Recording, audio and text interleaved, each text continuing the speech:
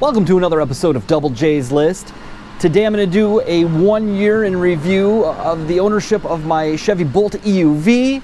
It's a little less than a year, but I'm going to explain why in just a moment. We're going to hop in the car and go for a ride. My neighbors are having some chimney work done, and it's making a lot of noise. So Finn and I are going to go for a ride. Let's go, Finn.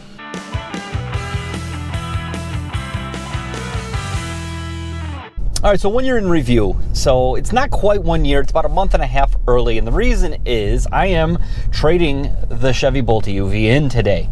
I was able to cash in, so to speak, on a lot of positive equity on the Bolt. And what that means is when I leased this car, it was an extraordinarily good deal. Gas prices were cheap. So they applied a lot of discounts to the lease, therefore the buyout was very small. Then the General Motors bought my old Bolt back and gave me a 2022 in replacement. That was a 2020 that I initially leased. So I got one with 0 miles, and it was 2 years newer, and the bigger one, the EUV, and more options. Therefore, I had a lot of extra value in what the actual buyout of my lease was. So I decided I wanted to take advantage of that now while these cars are still really high in value. If you look at the used car market, there are hardly any 2022 or 2023 Bolt EUVs out there available used. Therefore, the value of this one was higher. So I was able to secure something. I've decided to go down the road of plug-in hybrid because I want to, for me personally, see the differences between owning total EV and living with total EV versus the plug-in hybrid where it goes a certain number of miles and then the gas engine takes over, how close it is and how much that works for my lifestyle. And I want to be able to bring that information to you, the viewer.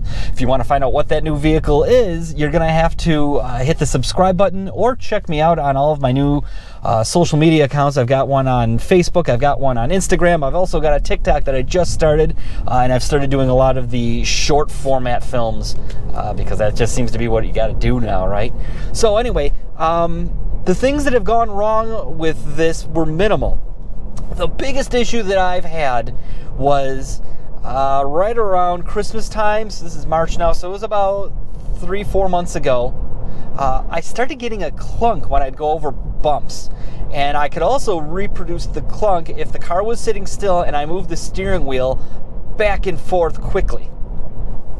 Now, I was concerned. I thought it was maybe like a tie rod end had worn out or the mounts for the steering rack because it kept getting louder and louder, and I thought, well, I don't want this to fail and cause an accident or anything. So I brought it into the dealership, and at the same time, I addressed this on my video about the things that I don't like about the Bolt.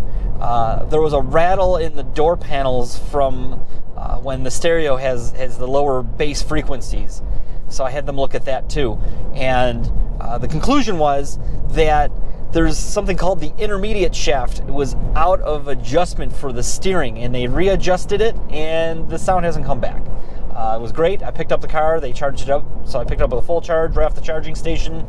And they tried to address the rattle in the door. They got rid of a lot of the rattle noises, but there's still a little bit there, and I'm attributing that to being a low-cost General Motors product. This is a great car, don't get me wrong. It's exceeded my expectations. One of my favorite cars I've ever owned. However, I'm used to that German car and Japanese car quality that I don't think the American car manufacturers are quite at yet. I think they're getting close.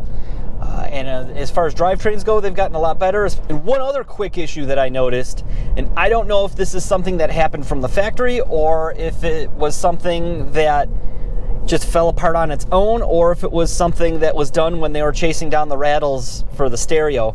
But 2 of these seat clips seem to have come undone on the passenger seat on the inside by the center console.